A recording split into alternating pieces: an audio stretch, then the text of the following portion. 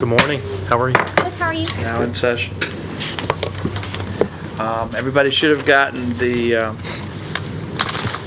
agenda, and the first item on the agenda is that we have a new commissioner.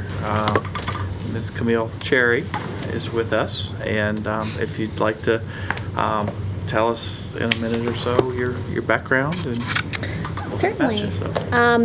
My name is Camille Crofton Cherry. I work for Crofton Industries. So you might be familiar with us having done the Portsmouth seawall recently. I work in marketing and business development for them, and a third generation family business member. I live here in Old Town, Portsmouth, so I'm an invested community member and professional in the area, so I'm eager to participate and contribute in any way that I can. Thank you for joining us. Thank you. It's great to have you as part of the committee. So, Mr. Moore, would you like to do the roll call? Yes, sir. Good morning, everyone. Mr. Barham. Here. Ms. Cherry. Here. Mr. Peterman. Here. Mr. Reineberg. Here. Mr. Toops. Here. Mr. Wallace. Mr. Weaver. Here. You have a quorum. I'd like to call your attention to the minutes from July 23rd. If there are any changes, let me know. Otherwise, I ask for someone to make a motion. Make a motion, they be approved. Second.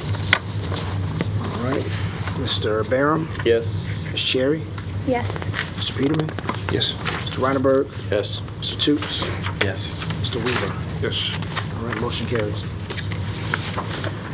All right. Also, in your package, you had the financials for July of 2019. Ask Ms. Hugh to go through them, please. Good morning, and today I'm going to go over the July statement. Please note this is based on unaudited June FY19 results, so the numbers are subject to change. As of July 31st, total cash and temporary investment were $1,048,933, and total current asset was $1,048,933. Property held for resale, you can see the Schedule A total at July 31st were $453,638. Total asset at the July 31st were $1,502,570. Liability due to city is worth $806, and grant payable, this is related to PER property at July 31st, were $60,000. Net position at July 31st was $1,441,764, and all of them are unrestricted. For the income statement, the only activity for month of July was invest income total $2,067. I'm happy to answer any question you may have. Question on the income. Have we received any statements from Atlantic Union yet? And if so, when are we going to start seeing the interest? You should see interest. I think the 2067 should have some interest from Atlantic Union, but we can give you the detailed breakdown. Will we see that monthly? Yeah, okay, we will. Yeah, that was my question. Yeah, Okay. are we going to start seeing the monthly interest earned from our account? Yeah, what we can do is we can provide a list of investment by month, for each month, how much invest income. Okay. Yeah. What was the $806 due to the city? And that was actually at the July 31st, the pool cash. Okay, right. Yeah, so it's actually the city transferred the money. Very well. All right. There's no other questions on that. Those are filed for audit. Yes. On to old business. Nominating committee. Okay, I'll report for the nominating committee. Mr. Peterman and I did meet to come up with a new slate of officers, and we have agreed to the following slate. For chairman, Mr. Jim Toops, vice chairman, Mr. Ron Peterman, and for treasurer, Mr. Grant Reineberg. I would like to put that forth as a motion. Seconded. Okay. So this would be to approve that slate, that entire slate. So we'll do everyone at the same time. Mr. Barron? Yes. Ms. Cherry? Yes. Mr. Peterman? Yes. Mr. Reinerberg? Yes. Mr. Toops? Yes. Mr. Weaver? Yes. All right, motion carries, and congratulations. Congrats. Congratulations. Some entertainment district, Portsmouth. Yes. Good morning, everyone. Again, there are certain projects that, as a staff, we want to make sure that you all are up to date on, and both boards that we staff are up to date on. You will recall a project when we briefed you on the Crawford Gateway Revitalization Plan. Certainly that project is not necessarily port related and so forth, but that is a major undertaking by the city. So we updated you on that plan. We also wanted to update you on where the EDA is with regards to their major property out at Victory Village. To kind of orient you as to where that is about 51 acres adjacent to TCC. Off of Victory Boulevard and at the intersection basically of Victory and Cavalier Boulevard. This morning, I wanted to quickly go through the project as to where we are now. This information has previously been shared, certainly with the EDA as well as council. But essentially where we are, okay, let's go back. Back in July, the EDA, or really going back to February, March of this year, after the EDA acquired this property back, and that is the property in Orange. The EDA asked staff to look at some options for redevelopment of this site. This site was originally slated to be a mixed-use development, almost like a town center development.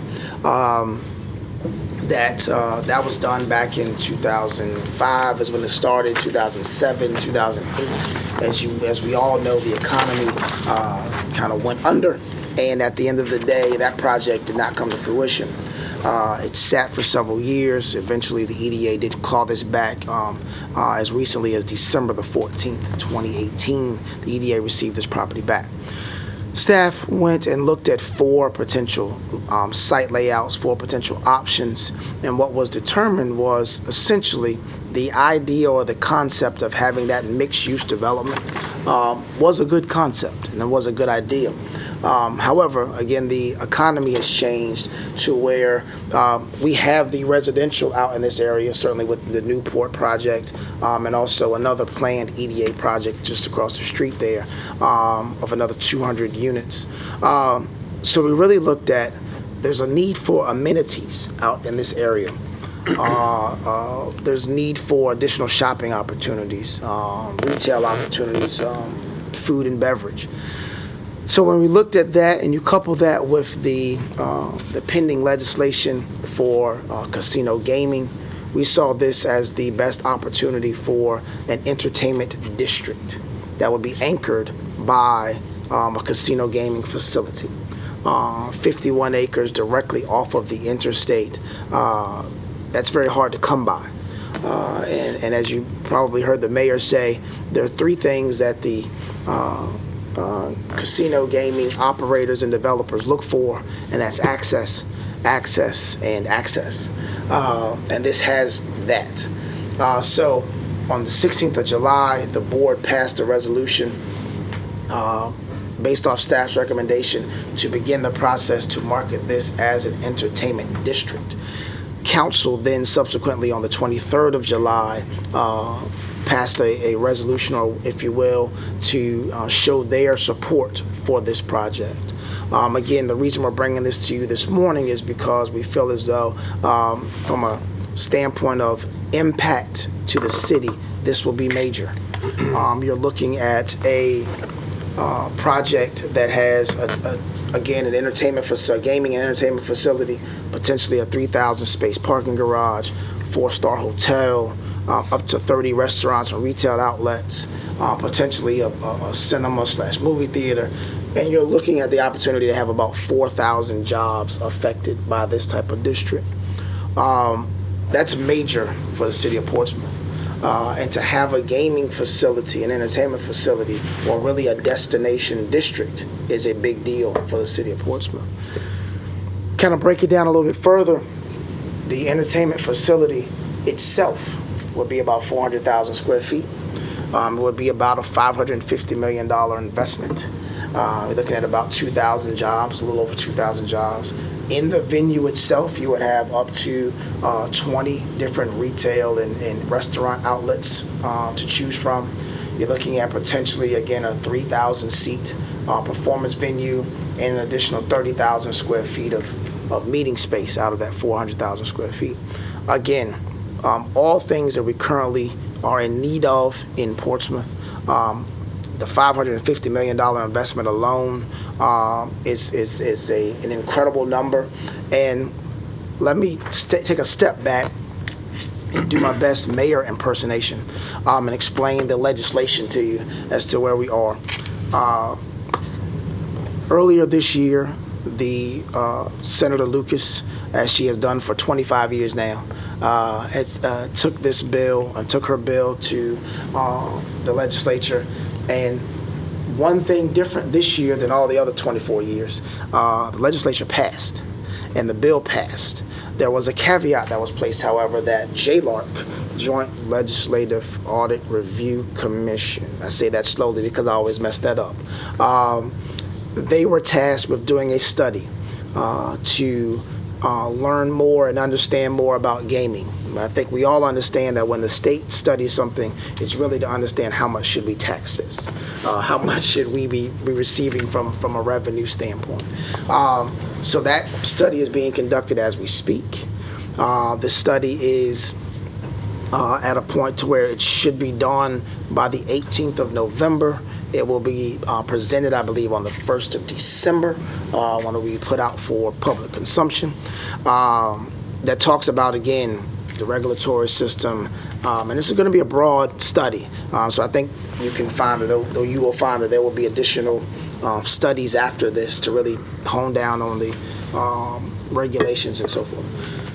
What will happen is, come 2020, the bill will be put back through with the study attached, and they will have to reenact the legislation in that bill.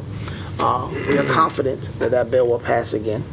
And then from there will be a need for a local referendum. The legislation calls for or allows for a casino in 5 localities. 5 seems to be the state's favorite number. And those localities are Bristol, Danville, Portsmouth, Norfolk, and Richmond. It's not a competition of pick us over them. It is all 5 of us would be allowed to have a casino. Certainly, first out of the ground is normally that's the best way you want to be. From a staff standpoint, we have been working on this for several months now, a good 10 months, I would say, to really understand what we don't know about casino gaming, to meet with several different operators and so forth. We are in the process of working with a developer/operator. We cannot say who that is at this point. We will when we are allowed to make that announcement. We will. We are very excited about that. But this project is a major undertaking. $550 million, but I must be clear and say that the legislation also states that the minimum investment is $200 million, and at this point, as it's written, the locality cannot incentivize this project. So $550 million would be total private investment. Can't beat that deal. So we are working through the process. We are still have some ways to go, some hurdles to get over. But we wanted to let you know this morning where we are, answer any questions if you have any. And these are all conceptual. This could change. But in our conversations and meetings, essentially, it could look like this. This is just a conceptual layout. You can see the hotel shining a huge, or casting a huge shadow over TCC. I don't know if that's going to be actually how that's going to look, but you get the picture. Parking garage, see if I can make this work. Yeah, so potentially parking garage there, facility in the front there. You have out parcels along Victory Boulevard, and then to the top right, potentially a cinema there. This is all just a conceptual layout. We will certainly have public input, public comment, to really understand what individuals would like to see there. Not necessarily where it'll lay out, but what they would like to see there. We are beginning the process to master plan this entire district through the EDA, and we will have to go through council and gain council's approval on the overlay district, if you will. But we are excited about this. And we want to show you this morning for you to get excited, and at the same time to garner as much support as we can as we move forward on this project. Reluctantly and hesitantly, I open up for any questions. So. I assume this takes the place of the proposal for the downtown Portsmouth casino facility? It does. When we looked at, initially, we felt that that the waterfront site was the best site. The Holiday Inn The site. Holiday Holiday Inn site. That was a 7-acre site, almost 7 acres. When we spoke to different developers and operators, traffic is a huge concern. And to have that much traffic on those local roads, it just wouldn't handle it. Also, when you think about it, how many times if you've been to a casino, how many times have you seen people just glaring out of the window, looking at the water? That's not what they're worried about. So when you have the opportunity to then put, from an access standpoint, direct access off of the interstate, adjacent to a community college, which gives you a pipeline, essentially, if you think about it. TCC has the culinary courses, hospitality courses, mechatronics, which you would need someone to fix the slot machines, especially when they pay out too much money, that type of situation. It just made sense. So we did change the location. We have spoken to the folks at the state and made them aware of that change, so that they are looking at the correct sites as we go forward. And at this point, we are ahead of the curve. We are, again, diligently working to make some announcements, and I'm hoping we will have some announcements here very soon. And we will certainly keep this body up to date, as well as the EDA and council as we move forward. How about the 200 million and the 550 million? Since that can't be incentivized, where's that come from? That's all private investment. That's all going to be the developer/operator. I think it's important to remember, too, that contrary to what usually happens, particularly in Portsmouth or any older city, and Danville and Bristol and Norfolk and Richmond, this is a clean site. Yes. It's already got some of the infrastructure built into the site. Yes. It is, we talk about shovel ready, and it's ready. Yes. Yes. And it's right at the interstate. Yes. This is the only shovel-ready, out of all the sites that have been put in from a standpoint of the localities that are allowed to have casino gaming, we have the only site that is ready to go.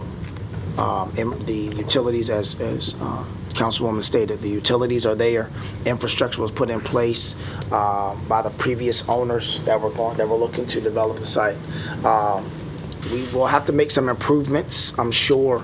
When you come, I'm sure you all know, when you come off of exit 3, that's probably the most awkward and quickest turn you will come upon when you come off the interstate. So we will have to make some improvements there.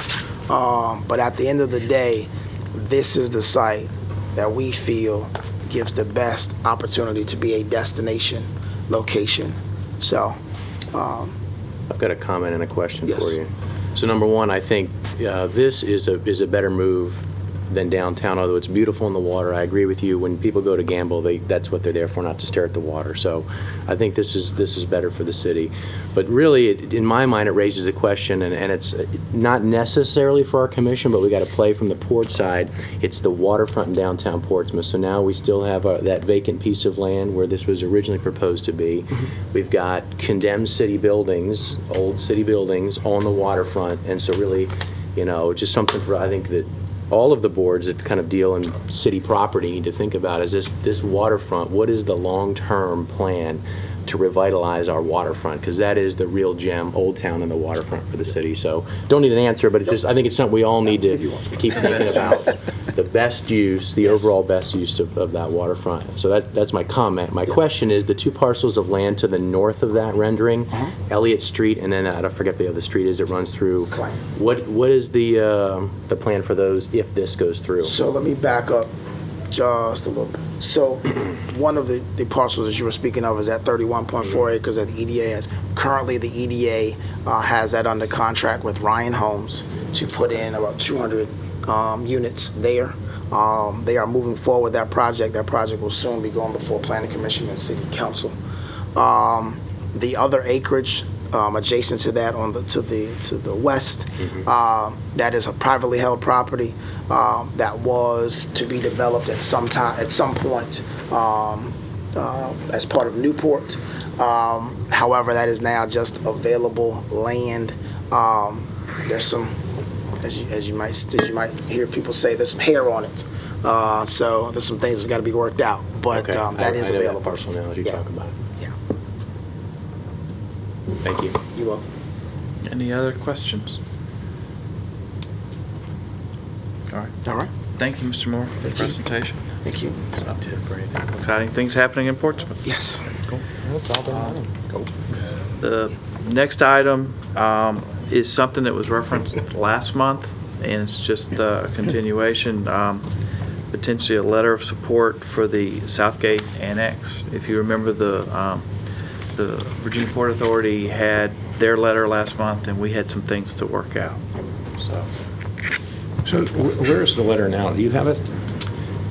Staff has worked to draft a letter. I think if you recall from our July meeting, we had an issue where we didn't have a chair in place to sign that letter, so a letter has been drafted.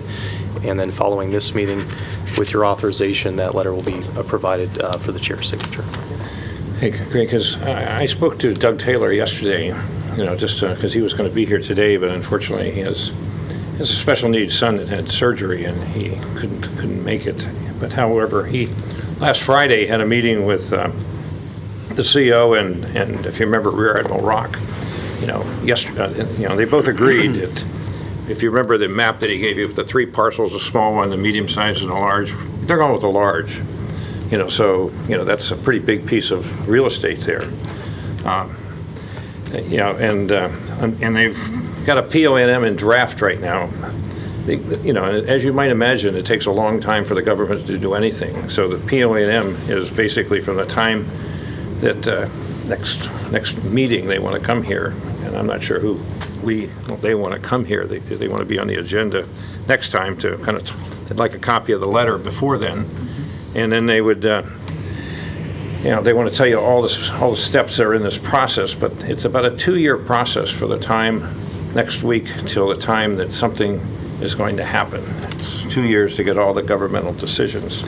But the good thing is that the CO and Rear Admiral Rock both agreed in principle with everything they want to do with that timeline that was briefed on slides, but not paper nor signed, but they agreed to it. So when they come next meeting, we should have a pretty good timeline of what we're going to get and when we're going to get it. The condemned piers, one of those things is the government has no intention of doing anything with the 2 condemned piers right now. So whoever picks this thing up is going to have to do whatever they need to do to those piers to get rid of them, or to improve them. And then the decision that wasn't, referenced was if any piers or walls are created, do they need to be mil-spec standards or not? And they're hoping that the answer to that question when they get through with the commander of Naval Installations Command, who is the guy that would own the piers, is that has yet to be determined. So, the cost of a mil-spec pier, this is in case they repossessed it at a certain date later in the future, which is not likely to happen. But they agreed to a 50-year lease, and this is one of those that's very similar to what we already have in the baseball, or I guess the Chesapeake has with,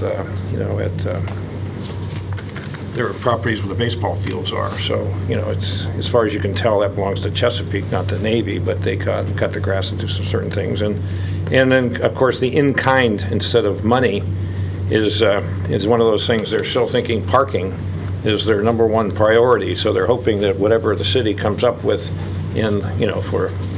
for monetary, things is parking lots, shuttles, those sorts of things. And then of course, the fire department, sharing our fire department with them, which we already do, I think, to a great extent. Isn't that right? Mm-hmm. And anything else that the city might come up with that would be worth money to them, in lieu of cash, that we share things. And, they keep talking about childcare, but I'm not sure that that's not something that the private community does. So that's my update for today. But if we can get that letter to Mr. Taylor, or Commander Taylor, sometime between now and the next week would be a wonderful thing. So we will have the letter signed, now that we have a chair, we will have the letter signed by the chair.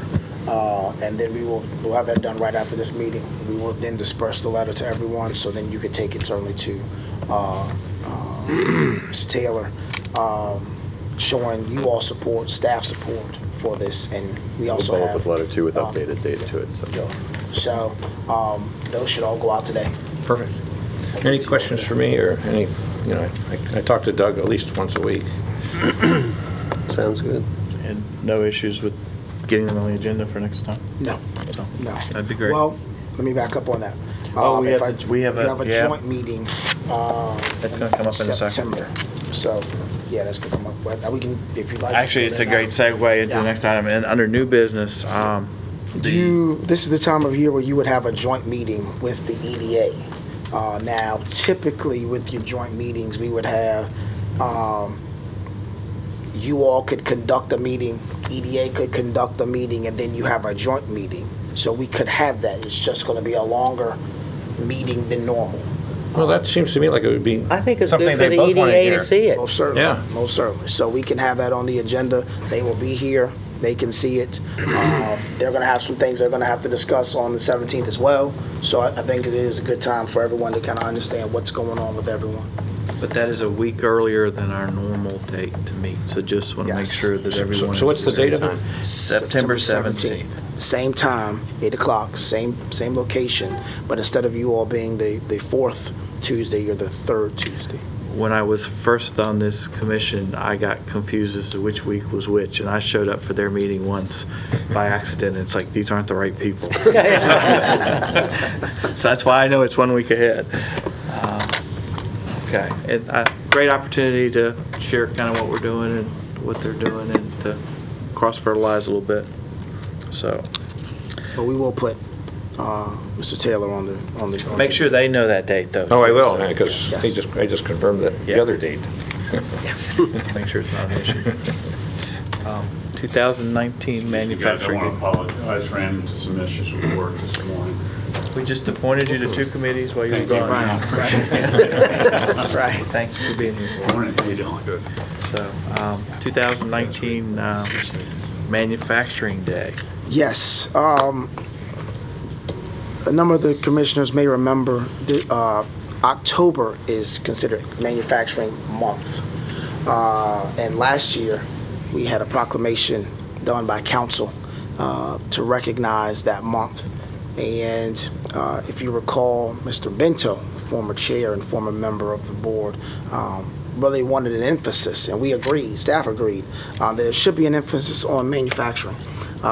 Because of what you see going on in the city of Portsmouth, certainly advanced manufacturing and manufacturing, and they are one of our target industries.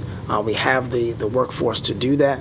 And then when you talk about STEM and where all those things are going, we really need to focus on that. So again, this year we want to make the effort to have another event, if you will, another focus on Manufacturing Day. This year, we're hoping to do things a little bit differently. We also have, if you do not know, staff has a monthly meeting.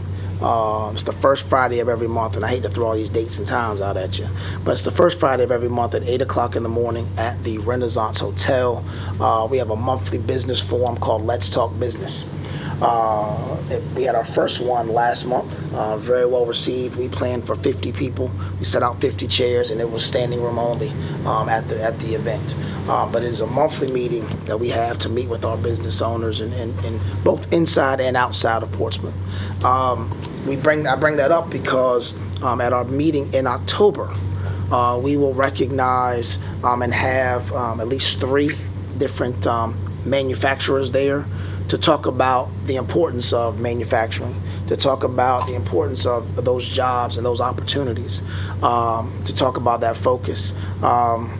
Certainly, when you start talking about manufacturing and those jobs, a lot of these companies like to show their support by providing financial support to different programs, whether it's Star-Based Victory, so on and so forth. We wanted to make sure you all were aware, were still involved, and wanted to be involved with such a day and such an event and such a time. We are looking to have, for the first council meeting in October, the mayor and city council have a proclamation recognizing Manufacturing Month and Manufacturing Day. And as we continue to grow as a staff, we will continue to grow this event. Nationally, there are events that are set up around Manufacturing Day and Manufacturing Month to really spotlight those opportunities and those jobs and those companies. This time next year, we are hoping to have an actual event that is focused on manufacturing at the schools to make sure the schools understand the importance of manufacturing and those jobs and how they will affect the future economy that we have here in the United States and more specifically in Hampton Roads and in Portsmouth. But we want to just kind of give you a heads up now. Again, in October, we will go to council with that proclamation. We'd like for you all, for the chair to sign off, for the chair, vice chair, treasurer to be there if at all possible to receive that proclamation. But just kind of want to give you a heads up and certainly welcome any feedback you all may have from as the group. There may be an opportunity for us to support in a small way monetarily what some of the other people are doing, and so just kind of throw that out. And when it came up, it's something my business might help, and it's just, I'm not pushing it for the board except to note that if other companies are doing that, it might be something that's a good faith kind of approach. So for example, and you have companies like Mitsubishi or in Chesapeake, where they manufacture. They've given $5,000 grants to certain schools that have that STEM program to push that program more. There's an opportunity to do those things. You don't have to, you're not required. That's just something that some companies do going forward. I anticipate we will have some of that this year. And so if the board would like to do that, certainly you could. It's not a requirement. But we do think that the PPIC should lead that charge when it comes to Manufacturing Day and our partnerships with the port, our partnerships with the shipyard, the Navy, and so forth. We should be pushing that and really highlighting and spotlighting that. So It's not in the budget for this year, but it might be something to consider, say, up to 1,000 matching, like if other people are doing it, that we might help to do that. I'm throwing it out for comment and to see if there's any interest in doing that. Not necessarily to do it, but if there are a couple companies that are doing it, that we kind of sweeten the pot just to show good faith. No, I'm in agreement. I think that's a good thing. It's a nice idea, actually. Because it's back to that partnership with companies. And again, I just would tell you that if we were doing that, I would step up as chairman and just to show support. And so that would, if we were willing to do 1,000, I wouldn't do the whole 1,000, I'd do 500. And so there would be 1,000 going to it if we were willing to. So you're saying we would match $500 for a company and pick a school and go with a STEM program? Is that what we're Star-based victory, for example. Star-based victory. I'm just throwing it out there, don't hold us to it, but that would be an example. And I think that would be very well received, and staff would establish it so that we can talk to the schools and make sure we could have some type of event. Presentation. And I think it'd that's be great. a program that every child in our school system Correct. goes through. Right. Correct. You're not Again, picking trying to- Churchland versus Craddock versus, Right. everybody goes through that. Correct. Actually, twice, I think. Two different, Fourth and fifth grade. two different school Yeah. years they go Yeah. through, I think. So we just give the schools the money, or we say, hey, here's 5 laptops, equivalent of, or whatever? That would be your choice. Okay. And I think that's something that we would have a conversation about. But it's just a matter of, I think it'll be your choice. I think being specific. Talk to the Admiral, see what they need. Positive Yeah. thing. Yeah, I wanted to Yeah. be specific if we're going So to do that. what staff can do is certainly reach out to the Admiral, see what they need, and then say, report back in September. And then you can make the decision from there. And again, we were discussing it and throw it out as potentially an opportunity to have good visibility for both the committee and something good for Portsmouth. So, okay, well, we'll try and come up with some specifics for next month. Yes. All right. All right, well, I guess we'll keep it rolling. So when we talk about money, kind of switching gears, the next item on the agenda is the Port Host Communities Program. Mr. Donahue is going to give you an overview of this program. But before we go any further, I really want to say thank you to a number of individuals. This is a program that one, Ms. Sherry Neal, who is our governmental affairs person for the city. She worked very hard. As you know, when you have the port in your backyard, that is a clear driver for a number of things, not just in our community but across the state. But the opportunity to have monies associated just for port host cities, communities that have that port in the backyard, $1 million was placed into the governor's budget. So it's in there. It's not something that every year we got to ask, can you maybe give it to us again? It's in the budget for right now, but we have to utilize it. But it wouldn't be there if it wasn't for some key partnerships and key individuals. First, again, Ms. Sherry Neal, our government affairs liaison, Mr. Matthew James, former delegate Matthew James. Our friends at the port, Dustin Reinhardt was there, Kathy Vick was there at the table with us, and certainly staff. Mr. Brian Donahue worked very hard to make sure this came to fruition, along with the other cities and those localities. Again, the state lost 5. It was Portsmouth, Norfolk, Newport News, Richmond, and Front Royal.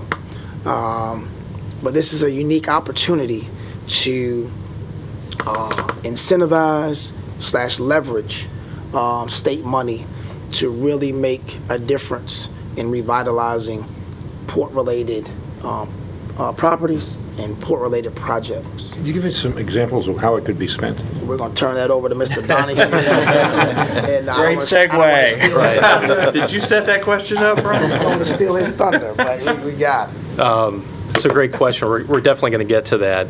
And just to kind of add to what Mr. Moore has shared with you, this program, the Port Host City Community Revitalization Fund, was actually included in the 2019 General Assembly session, and it's been written into state code. So as Mr. Moore shared, it's there. It's a part of the state code until it is removed. So it will be funded on an ongoing, continual basis. It really was a partnership by all of the port host communities, working with our state legislators and state organizations, the Virginia Economic Development Partnership, the Virginia Department of Housing and Community Development, which will administer the program, and then our partners at the Port of Virginia. So it really was a team effort to ensure that we all had a say in how this program was written. And this is not one of those things that take money out of your right pocket and put it in your left one. It's new money. This is new money, $1 million in new money. Where it comes from at the state level, I'm not really sure, but it's new to us. So it's there. It is your money. And then it's obviously meant to leverage multiple resources, both at the state level, local level, and most importantly, private resources to spur redevelopment and economic sustainability. So that's really the intent here, and it just so happens that it has a port and industrial kind of flair to it. So again, we're talking about the 5 port host communities in the state of Virginia, which includes Front Royal with the inland port, Newport News, Norfolk, Portsmouth with our 2 marine terminals, and then Richmond as well. Port-related, it's a pretty broad categorization of what it will permit, but essentially it's really any use that's non-residential in nature and is in support of port activities and located within proximity to the port, and obviously we meet that criteria. And I think if you were to think of industrial, manufacturing, warehousing, distribution, transportation, those types of projects would qualify for this program. The properties that we would be targeting would need to be exhibiting some sort of blight, whether that's physical or economic. The only communities that can apply are port host communities, so one of the 5 would have to be the applicant. A unit of local government can apply for this program on publicly owned property or on behalf of a for-profit or nonprofit entity, but it would be the locality that would be submitting the application. The locality can designate an authority, which could be a redevelopment authority, a board like the PPIC or EDA, to also take on the role of filing the application. That would require the chief administrative officer's certification that the project, what we would be submitting the application for, is really our priority in terms of economic development for the city of Portsmouth in the year of the application round. So that's important to note. And this is $1 million in perpetuity a year? Is that what I understand it? That's correct. So this fiscal year, FY20, there will be $1 million that is set aside. It's identified in the budget, and there's a threshold award amount of $150,000. So they've split the pot amongst the 5 host communities, and there's a little bit left over that would go into a secondary pool of funds, which would be for projects that have additional needs, and that would need to be supported based on those needs. But the minimum level for an application, the maximum level on that threshold basis would be $150,000. But if we had a long-term plan, like we could plan for next year and the year after and the year after. Exactly, that's correct. And that would be the intent, would be every year that we would have a project that we would pursue through the program. The program does require a 1-to-1 match, so for the 150 that we'd be requesting, we need to bring 150 to the table. We can do that in a few different ways. That can be done through a cash match, in-kind match, where perhaps there are services that are being provided that do have a financial basis for those, or if it's a case where there's a property acquisition that's involved and a property owner has made that acquisition and we're partnering with them, that can also be counted as a match. Brian, in terms of if we partner, I mean, this is a wonderful idea, but I mean, if we partner and do this and create a developable piece of property that then is done and it creates value, is there any kind of clawback, or is it just we have those funds and we don't ever have to give them back? We have flexibility through the program to determine how that is done. The program can be They a don't straight. ever ask for it back, though. The state does not want the money back. So we have the ability as a board, as an applicant, to determine how those funds are handled. It can be a straight grant to a project, it can be as a loan. And we have the ability to negotiate that with the state.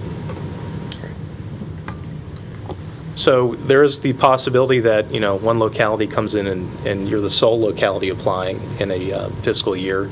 So you really do have the ability to maximize the full $1 million that's been allocated to the program. It's really all dependent on the competitive nature of the program. But, $1 million would be the maximum. Is there a definition for blighted?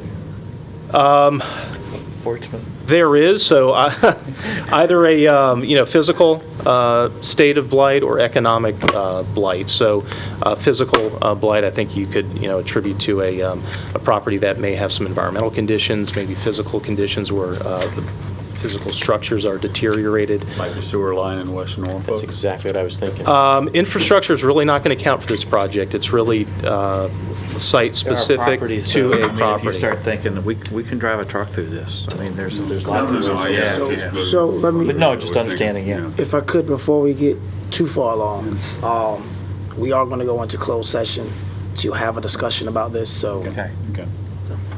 But again, I think you really want to consider it to be the physical property itself, whether or not that's a deteriorated, unusable property in its current state, and then from an economic standpoint, perhaps it really just isn't a viable use for a property. Or like the BASF property. That's a perfect Past example. would have been a great example. That's a Sure, perfect that makes example. sense. Or things we might need to do for Southgate, the different, paving parking lots or putting storm drains in there or whatever. I mean, that Some would of be a those perfect use for are us. possibilities. So the funding structure, again, we talked about this just a few moments ago. The funds would be awarded to the locality as a grant, and then we would need to determine whether or not that is how we utilize those funds for a project. It could be a straight grant again, or we could work to develop some loan parameters for that funding. They are required to be under a contract within 6 months of the grant announcement, and a caveat, the program does require that the property has a deed restriction where any change in use would need to go before the state for approval, and that would be over a 5-year period. So if perhaps we're working to clean up a property so that it's in a marketable state for industrial and port-related development, and that property was to transfer ownership, which would be the goal and intent, we would just need to receive the state's blessing on that and ensure that it does meet the intent of the program. So this is the timeline. You can see that a number of things have occurred recently. This has kind of been a fast-moving track that we've been on. The state board approved the program at the end of July, and then within just a few weeks, the application round opened for the fiscal year, which was August 15th. We're working towards a September 26th deadline for submission of that application. See that in October, November, we'd expect an announcement in terms of the awards. At that point in time, we would have the ability to apply for additional funding, and we would identify that in the initial application, but we would look for any additional funding thereafter the initial announcement is made. Do we have a specific use for this, as far as the application is in process, or? I think we're going to go into closed session and discuss Okay. some of this. So that's part of our next steps. Jumping the gun. Right. So We're all interested, so yeah. So we're going to work to identify projects. We've been working to do that since this has been underway, and we will have that discussion with the PPIC. We would need your authorization as the applicant submitting for the program to have your support for that. And again, we're working towards a September 26th timeframe for submitting the application. And we're on the track right now to do that, so we would expect that in September we would have something before you for consideration. Any questions? Very well.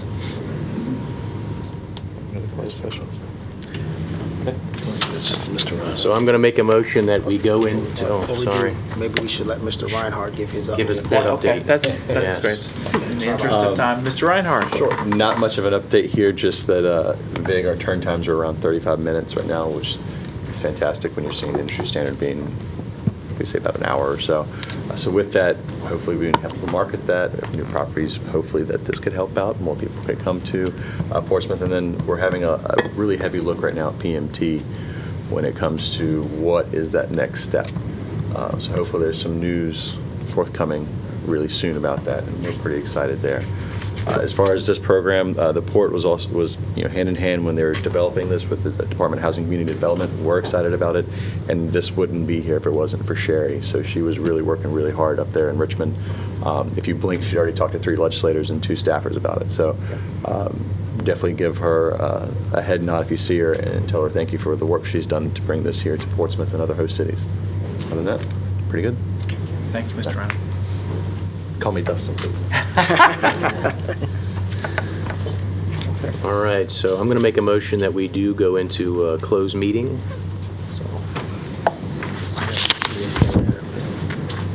All right, so I move to go into a closed meeting pursuant to Virginia Code subsection 2.2-3711 alpha.6 for the purpose of discussing or considering the investment of public funds where competition or bargaining is involved, where, if made public initially, the financial interest of the governmental unit would be adversely affected, specifically regarding the Port Host Communities Revitalization Fund. Need a second. I'll second. Mr. Barron? Yes. Ms. Cherry? Yes. Mr. Peterman? Yes. Mr. Reinerberg? Yes. Mr. Toot? Yes. Mr. Wallace? Yes. Mr. Weaver? Yes. All right, we are in closed session. I hereby move that each board member certify that, to the best of his or her knowledge, number 1, only public business matters lawfully exempted from open meeting requirements under the Virginia Freedom of Information Act, and number 2, only such public business matters as were identified in motion by which the closed meeting was convened were heard, discussed, or considered in the closed meeting that just concluded. Make a motion for that, so. Second. Second. All right, Mr. Barron? Yes. Ms. Cherry? Yes. Mr. Peterman? Yes. Mr. Reinerberg? Yes. Mr. Toots? Yes. Mr. Wallace? Yes. Mr. Weaver? Yes. We are in open session. Okay. That's all we have. Unless anyone has anything else, very productive meeting today, and I appreciate it. Can I just ask about the 17th meeting? How does that work now? We have our meeting first and joint meeting together, or? Yeah, so what we'll do is, in the interest of time, we'll do your meeting first, probably do the joint meeting so you all can go, and then have EDA's meeting. So that way you're not hanging around. But anticipate a longer than normal meeting. This meeting was about hour and a half. I would anticipate you're probably at about that time between your meeting and the joint meeting, depending on how much you want to talk about. And we'll put together an agenda of some items that we think you all share in common, may want to talk about, have a discussion about. And then we'll dismiss the joint meeting, and then EDA will have their meeting. Okay, because we obviously need to go in closed session to do something next week, next month. Yeah, we'll just do closed session first. Yeah, okay. Thank all y'all. We're adjourned. Very well.